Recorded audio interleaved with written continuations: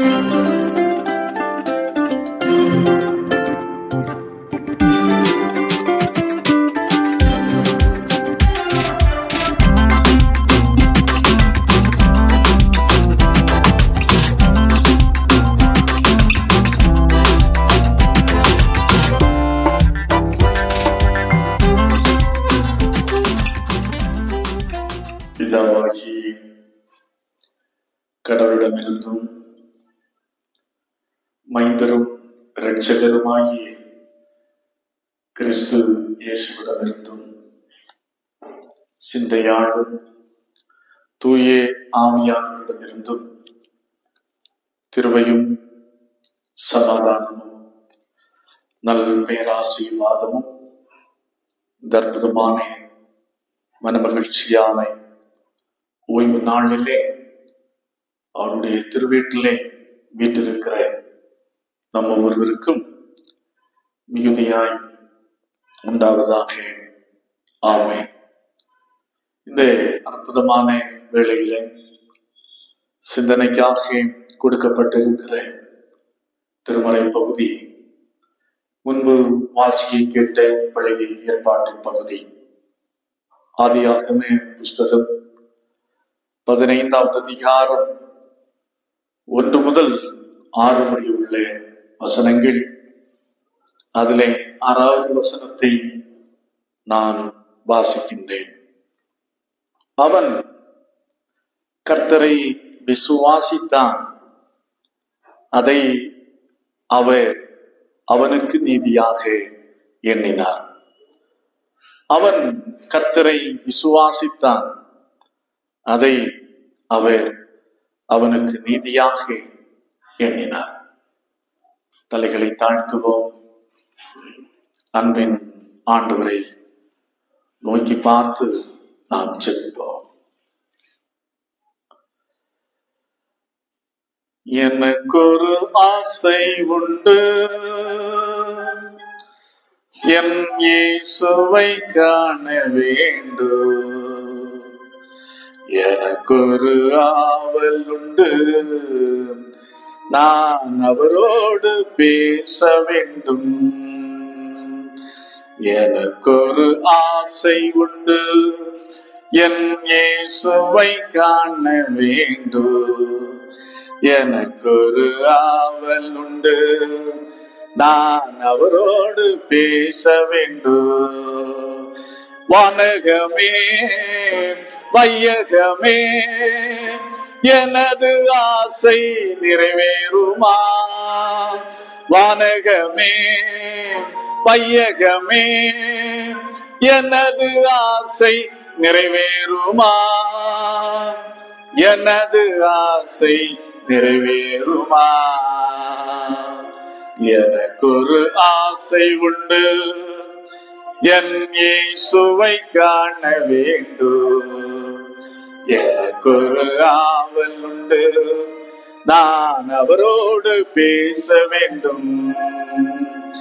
தினமும் வேதத்தில் பார்க்கிறேன், தேவாதி தேவனை துதிக்கிறேன். தினமும் வேதத்தில் பார்க்கிறேன், தேவாதி தேவனை துதிக்கிறேன்.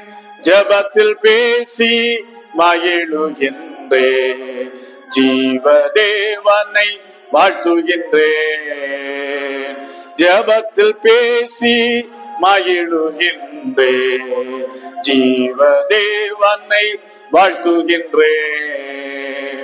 வானகமே வையகமே எனது ஆசை நிறைவேறுமா? வானகமே வையகமே எனது ஆசை நிறைவேறுமா? எனது ஆசை நிறைவேறுமா? எனக்கொரு ஆசை உண்டு, என் இயேசுவை காண வேண்டும். எனக்கொரு ஆவல் உண்டு, நான் அவரோடு பேச வேண்டும். திருமறை வழியாக வசனத்தின் ஊடாக ஒவ்வொரு நாளும் எங்களுக்கு தம்மை வெளிப்படுத்தி கொண்டிருக்கின்றேன், எங்களோடு பேசுகின்றேன். எங்கள் அன்பின் கர்த்தாவே, இந்த ஆசீர்வதிக்கப்பட்ட வேலைக்காக நாங்கள் உமக்கு நன்றிகளையும் ஸ்தோத்திரங்களையும் ஏறெடுக்கின்றோம்.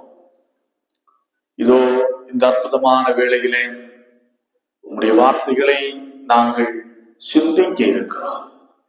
உம்முடைய வார்த்தைகளை கொண்டு எங்களோடு பேசும். உம்முடைய வார்த்தைகளை கொண்டு கர்த்தாவினுடைய வாழ்க்கையில் இருக்கிற சந்தேகங்கள், அவநம்பிக்கைகள், அவிசுவாசங்கள் எல்லாவற்றையும் ஆண்டவர் அகற்றி எங்கள் விசுவாசத்தை வர்த்திக்க பண்ணும். இது உம்முடைய வார்த்தைகளுக்காக காத்திருக்கிற அன்பு பிள்ளைகளை உம்முடைய வசனத்தை கொண்டே ஆசீர்வதியும். இயேசு ரட்சகர் இப்ப நாமத்தில் ஜெபிக்கிறோம். ஜெபங்கேளும் அற்புதம் வைத்தே எங்கள் நல்ல கர்த்தாவே, ஆமென். கிறிஸ்துவுக்குள் அன்பானவர்களே, பர்மா தேசத்திற்கு, இன்றைக்கு அந்த தேசம் மியான்மர் என்று அறியப்படுகின்றது. அந்த தேசத்திற்கு முதல் மிஷனரியாக கடந்து சென்றவர் யார் என்று சொன்னால் அதோனிராம் ஜட்சன் என்பவர். இந்தியாவிற்கு வந்தார். அன்றைக்கு அவரை பிரிட்டிஷ் அரசு அவரை ஏற்றுக்கொள்ளவில்லை, உள்ளே விடவில்லை. ஆகையினால் அவர் பர்மா தேசத்திற்கு, மியான்மர் தேசத்திற்கு சென்று அங்கே ஆண்டவருடைய திருப்பணியை ஆற்றினார். ஒரு முறை அந்த தேசத்திற்கும் பர்மா தேசத்திற்கும் பிரிட்டிஷ் இந்தியா கம்பெனிக்கும் அந்த பிரிட்டிஷ் நம்முடைய இந்தியாவை ஆண்டு கொண்டிருந்த பிரிட்டிஷ் அரசுக்கு யுத்தம் வருகின்றது.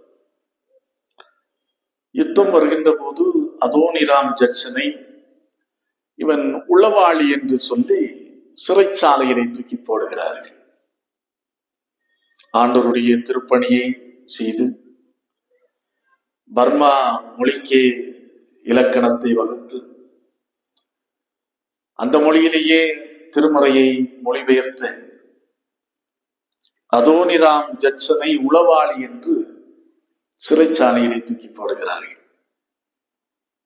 அந்த சிறைச்சாலை எப்படிப்பட்டது என்று சொன்னால் 40க்கு 35 அப்படின்னு சொன்னால் வைத்துக் கொள்ளுங்களே, 5 அடி மட்டுமே உயரம்.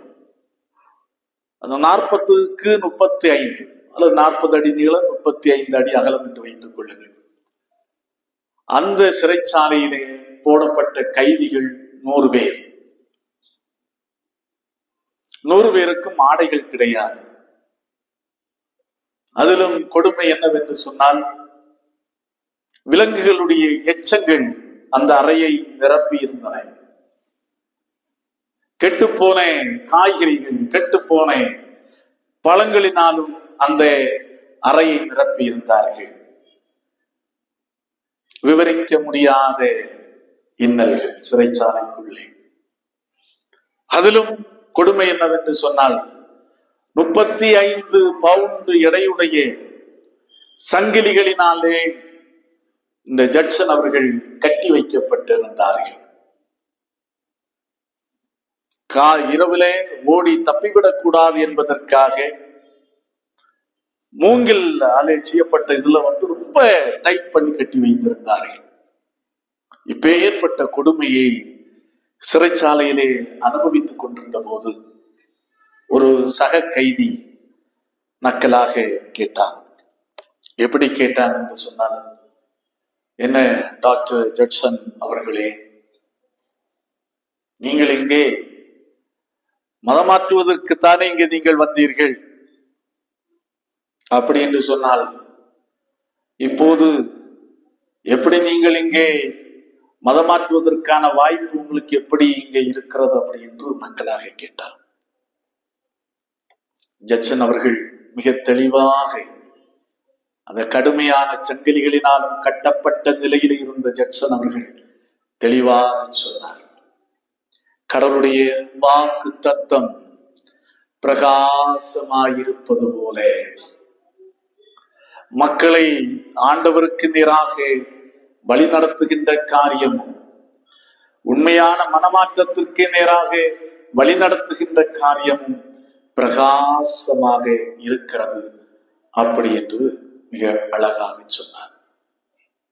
ஆம், கிறிஸ்துவுக்குள் அன்பானவர்களே, இதுதான் உண்மையான யதார்த்தமான விசுவாசம். அதுதான் ஆப்பிரிக்கா பழமொழி ஒன்று உண்டு, சுட்டெரிக்கும் வெயில், சுட்டெரிக்கும் வெயில் சிறுத்தையின் நிறத்தை மாற்றுவதில்லை. சுட்டெரிக்கும் வெயில் சிறுத்தையின் நிறத்தை மாற்றுவதில்லை. அதே போலதான் சூழல்கள் மாறினாலும் விசுவாசம் தன் இயல்பிலிருந்து ஒருபோதும் மாறாது. அதான் உண்மையான விசுவாசம். அந்த விசுவாசத்தை தான் அதோனிராம் ஜட்சன் அவர்கள் வெளிப்படுத்தினார்கள் தன்னுடைய வாழ்க்கையில.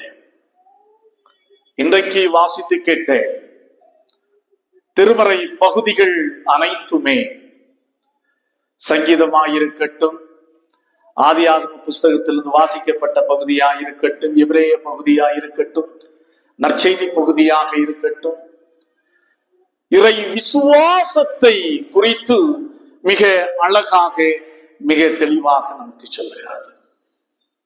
இன்றைக்கு நமக்கு சிந்தனைக்காக கொடுக்கப்பட்டிருக்கிற முன்வைக்கப்பட்டிருக்கிற திருமறை பகுதி ஆதியாகம புஸ்தகம் 15வது அதிகாரம் 1 முதல் 6 முடியுள்ள வசனங்கள். இங்கே ஆபிரகாமுடைய விசுவாசத்தை குறித்து பார்க்கணும்.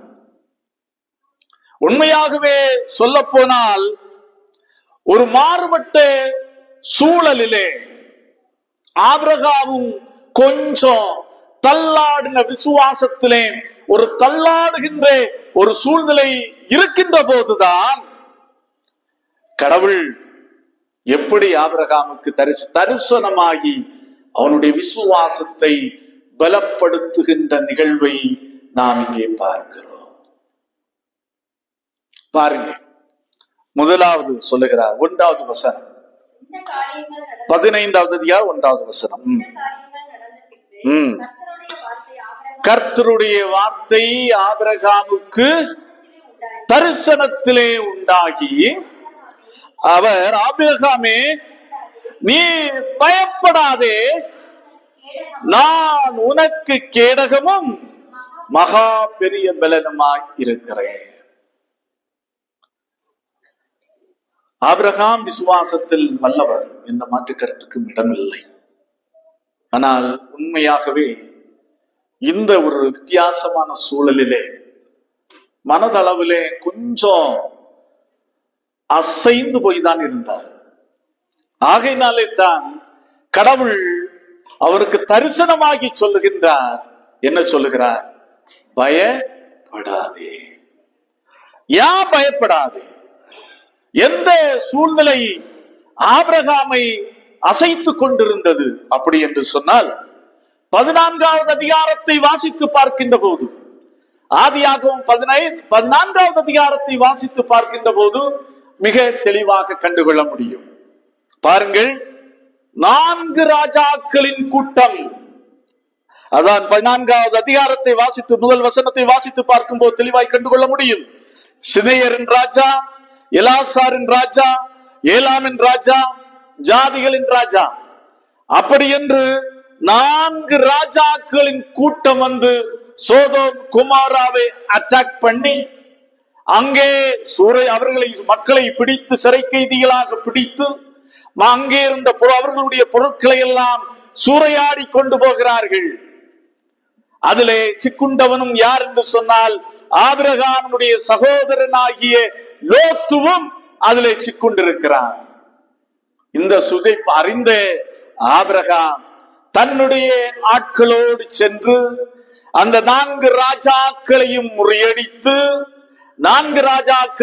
முறியடித்து தன்னுடைய சகோதரனாகிய லோத்துவையும் பொருட்களையும் சோதோம் குமார மக்களுடைய பொருட்களையும் மக்களையும் அவன் மீட்டு கொண்டு வருகிறான்.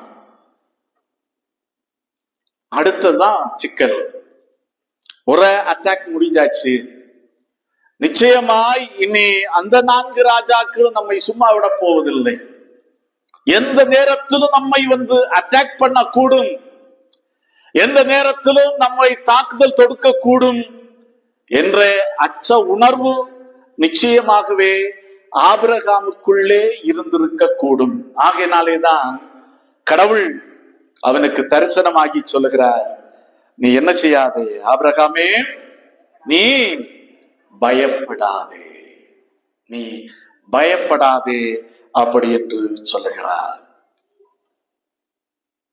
இன்னைக்கு அப்படிதான் அநேக நேரத்திலே நாம் என்னதான் விசுவாசத்திலே வல்லவர்கள் என்று காட்டிக்கொண்டாலும் சில சூழ்நிலைகள் மாறுகின்ற போது, காரியங்கள் எதிர்மறையாய் நமக்கு நேராக திரும்புகின்ற போது வெளிக்காட்ட முடியாத ஒரு அச்ச உணர்வு நமக்குள்ள என்ன செய்கிறது? இருக்கிறது, வெளிப்படுகிறது. எந்த நேரத்திலும் எதுவும் நமக்கு நடக்கக்கூடும் என்ற ஒரு விவரிக்க முடியாத, வார்த்தையால் விவரிக்க முடியாத ஒரு அச்ச உணர்வு இருக்கிறது. ஆகையினால் அப்பேற்பட்ட நிலையில இருக்கிற நம்மை பார்த்து ஆண்டவர் சொல்கிறார், நீ என்ன செய்யாதே, பயப்படாதே அப்படி என்று சொல்லுகிறார். நேரத்துல தெரியுது, சூழ்நிலை மாறி இருக்கு. பக்கத்து வீட்டுக்காரன் பார்க்கிற பார்வையே என்ன இல்ல, சரியில்லையே, ஏதோ பிளான் போடுறானே, ஏதோ திட்டம் போடுறானே அப்படி என்று. அது ஒன்று. அடுத்ததாக, ஐயோ விடிஞ்சா லோன்காரன் என்ன செய்து விடுவானோ, கடன்காரன் வந்து விடுவானோ அப்படி என்ற ஒரு கலக்கம், அச்சம் இன்றைக்கு யதார்த்தமாக நம்முடைய வாழ்க்கையை அதிக நேரத்தில் பாதித்திருக்கிறது. ஐயோ என்னுடைய என்னுடைய தாக்கி இருக்கிற நோக்கி நான் எங்க போய் சிகிச்சை பண்ணுவேன், இதுக்கு நான் பொருளாதார வசதிக்கு நான் என்ன செய்வேன் அப்படி என்று நம்மை தெரியாமலே நமக்கு ஒரு அச்ச உணர்வு வருகிறது. ஆண்டவர் மிக அருமையாக, ஆண்டவர் மிக தெளிவாக நமக்கு சொல்லுகிறார். எப்படி சொல்லுகிறார்? என்ன செய்யாதீர்கள், பயப்படாதிருங்கள், நான் உனக்கு கேடகமும் உனக்கு மகா பெரிய பலனுமாய் இருக்கிறேன். கிறிஸ்து இயேசுவுக்குள் அன்பானவர்களே, இந்த 2025 ஆண்டு ஆகஸ்ட் மாதத்தின் 2ஆம் ஓய்வு நாளிலே ஆண்டவருடைய சமூகத்திலே கடந்து வந்திருக்கிற நம்மை பார்த்து ஆண்டவர் சொல்லுகிறார், பயப்படாதே. இதான் லூக்கா எழுதிய நற்செய்தி நூல். இன்றைக்கு வாசித்து கேட்ட நற்செய்தி நூலிலே லூக்கா 12வது அதிகாரம் 32வது வசனம் மிக தெளிவாக சொல்லுகிறது, பயப்படாதே சிறுமந்தையே, பயப்படாதே சிறுமந்தையே அப்படி என்று சொல்லுகிறது. ஆகையினால் அதான் நான் ஏற்கனவே சொன்னேன், சுட்டெரிக்கு வெயில் சிறுத்தையின் நிறத்தை மாற்றுவதில்லை. அதே போலதான் மாறுபட்ட சூழல் நம்முடைய விசுவாசத்தின் நிறத்தையும் ஒருபோது மாற்றக்கூடாது. அது மாறினால் அது நிச்சயமாகவே அந்த விசுவாசம் பச்சோந்தியான விசுவாசமாகத்தான் இருக்கும். பச்சோந்தி என்ன செய்யும்? இடத்துக்கிடம் சந்தர்ப்பத்திற்கு சந்தர்ப்பம் தன்னுடைய நிறத்தை மாற்றிக்கொள். அது விசுவாச வாழ்வுக்கு ஆகாது. அடுத்து பாருங்கள், 2வது காரியத்தை பாருங்கள். அதான் வேதம் மிக அழகாக சொல்லுகிறது. 5வது வசனம், அவர் அவனை வெளியே அழைத்து நீ வானத்தை அண்ணாந்து பார், நட்சத்திரங்களை எண்ண உன்னாலே கூடுமானால் அவைகளை எண்ண என்று சொல்லி பின்பு அவனை நோக்கி உன் சந்ததி இவ்வண்ணமாய் இருக்கும் என்றார். கடவுள் வாக்கை முதலாவது பயப்படாதே என்று திடப்படுத்தின கடவுள் இரண்டாவதாக வாக்கை உறுதிப்படுத்தி ஆபிரகாமுடைய விசுவாசத்தை வலுப்படுத்துகிறார். தரிசனத்திலே சொல்லுகிறார், ஆபிரகாமே பயப்படாதே, நான் உனக்கு கேடகமும் உனக்கு மகா பெரிய பலனுமாயிருக்கிறேன் என்று சொன்ன உடனே ஆபிரகாம் கேட்கிறான். பாருங்க ஒரு கேள்வி. அவன் எந்த அளவிற்கு உள்ளத்திலே அவனுடைய உள்ளம் விசுவாசம் அசைவாடி கொண்டிருந்தது என்பதை வெளிப்படுத்துகிறது. அடியேனுக்கு என்ன தருவீர்? நான் பிள்ளை இல்லாமல் இருக்கிறேனே, அடியனுக்கு என்ன தருவீர்? இந்த கேள்வியே ஆபிரகாமுடைய வாயிலிருந்து வந்திருக்க கூடாது. இது உண்மையாகவே அவன் உள்ளத்திலே அவனுடைய விசுவாசமும் கொஞ்சம் அசைவாடி கொண்டிருக்கிறது என்பதை வெளிப்படுத்துகிறது. ஏனென்று சொன்னால் ஆதியாகம புஸ்தகம் 12வது அதிகாரம் 2வது வசனத்திலே பார்க்கின்ற போது தெளிவாய் கண்டுகொள்ள முடியும். ஆண்டவர் தெளிவாக சொன்னார், நான் உன்னை பெரிய ஜாதியாக்கி போதும் உன்னை ஆசீர்வதிப்பேன். ஆண்டவர் தெளிவாய் சொன்னார். குழந்தை இல்லாத குழந்தைக்காய் காத்திருக்கிற ஆபிரகாமை பார்த்து ஆண்டவர் தெளிவாய் உறுதிப்படுத்தினார், நான் உன்னை பெரிய ஜாதியாக்கி உன்னை ஆசீர்வதிப்பேன்.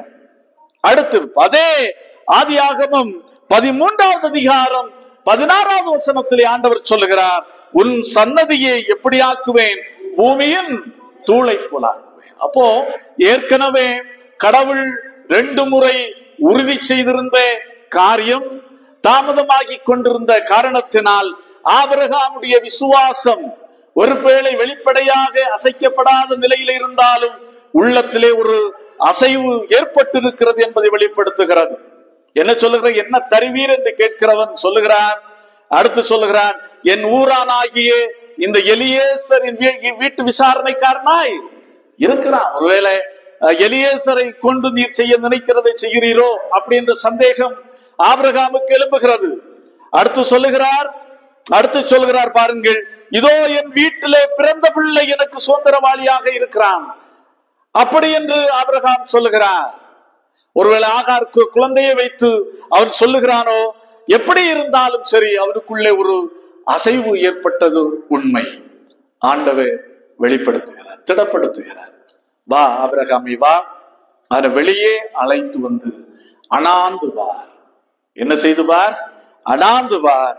நட்சத்திரங்களை எண்ண உன்னால் கூடுமானால் அவைகளை எண்ணு என்று சொல்லி சொன்னார்.